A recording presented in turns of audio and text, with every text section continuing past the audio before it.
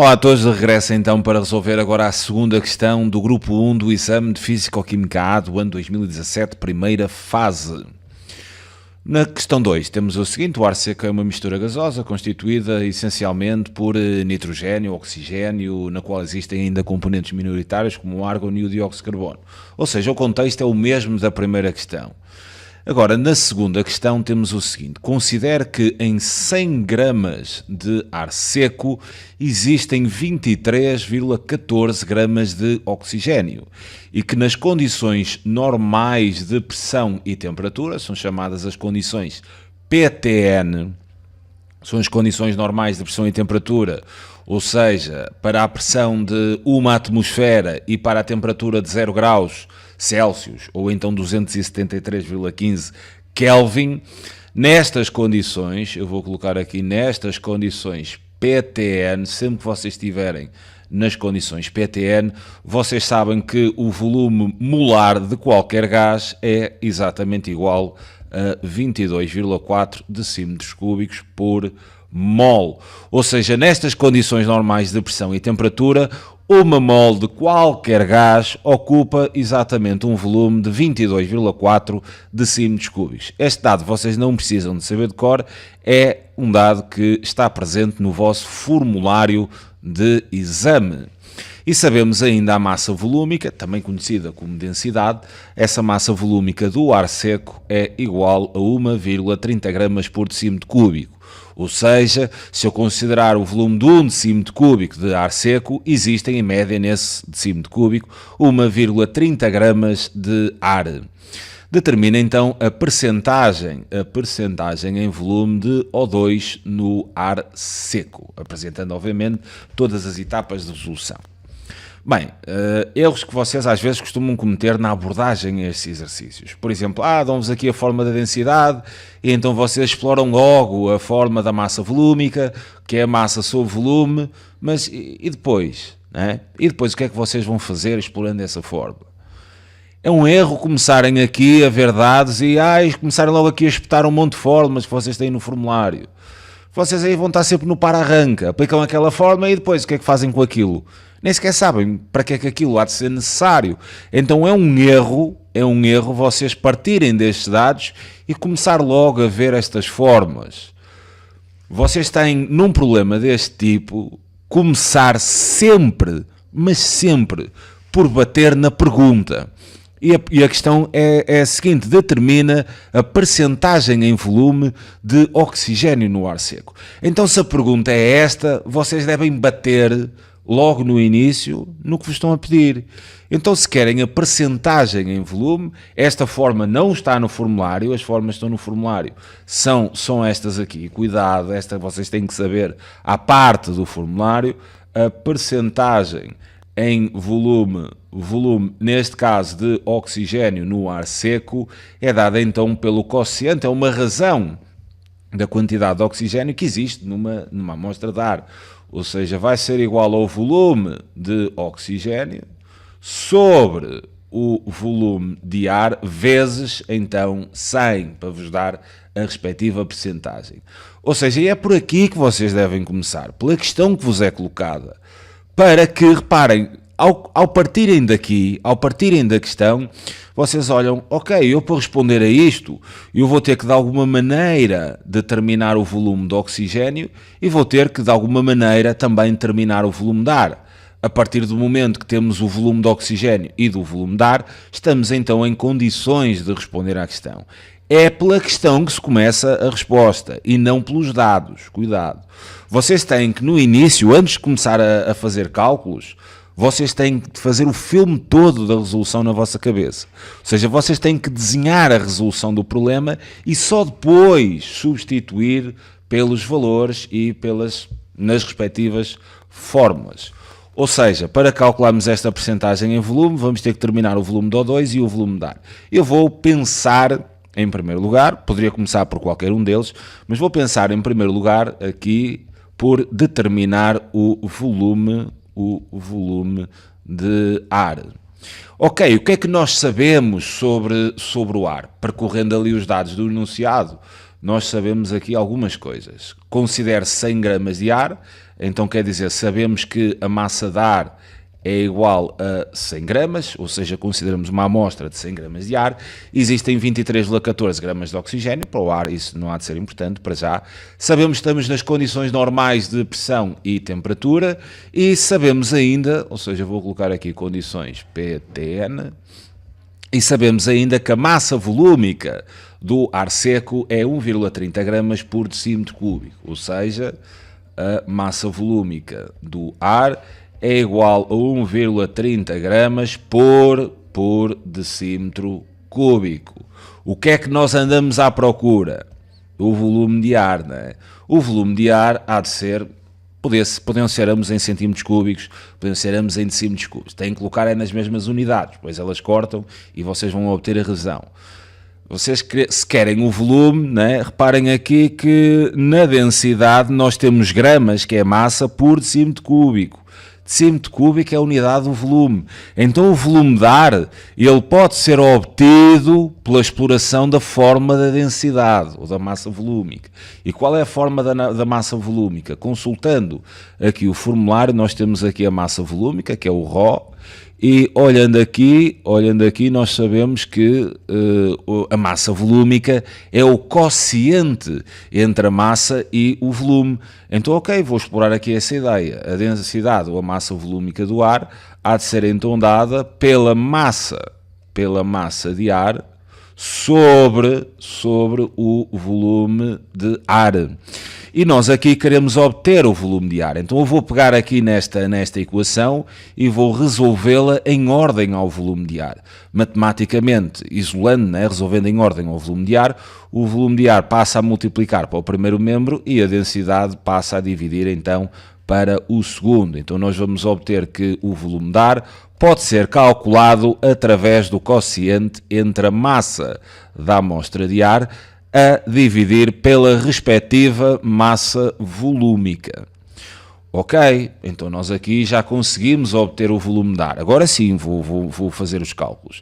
Então o volume de ar há de ser então igual, massa de ar considerada são 100 gramas, então vou colocar aqui 100 gramas, sobre a massa volúmica de ar, que pelo que me dizem é 1,30 gramas por decímetro cúbico, ou seja, decímetro menos 3. Colocar em por ou decímetro menos 3 vai dar ao mesmo. Aqui podemos então cancelar as gramas e, efetuando os cálculos, 100 a dividir por 1,30, atenção aos algarismos significativos. Vocês em cima têm 3 algarismos, em baixo têm 3, o resultado ficará sempre com o menor número de algarismos significativos, aqui há empate, então tenho que reescrever o resultado com 3 algarismos significativos, o que efetuando os cálculos e fazendo as aproximações a 3 algarismos significativos há de dar 76,9 decímetros cúbicos. Ou seja, o volume de ar nós já temos. Agora vamos pensar no volume de oxigênio. Vou passar aqui para um diapositivo seguinte. Nós agora, numa segunda ideia, vamos à procura do volume de oxigênio e vamos olhar para os dados a tentar perceber que informações é que nós temos relativamente ao oxigênio.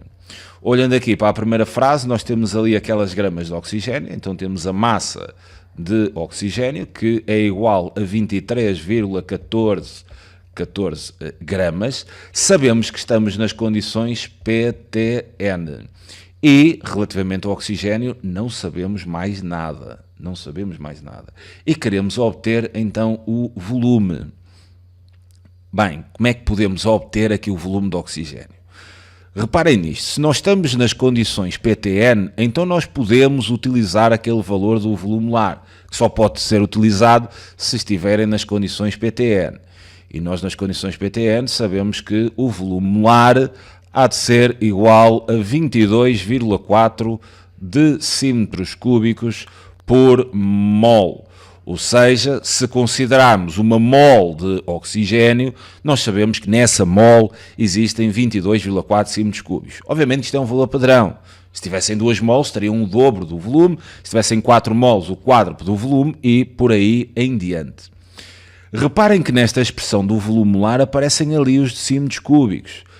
Então talvez consigamos obter o volume de oxigênio trabalhando com esta forma do volume molar, que a podemos encontrar ali no formulário.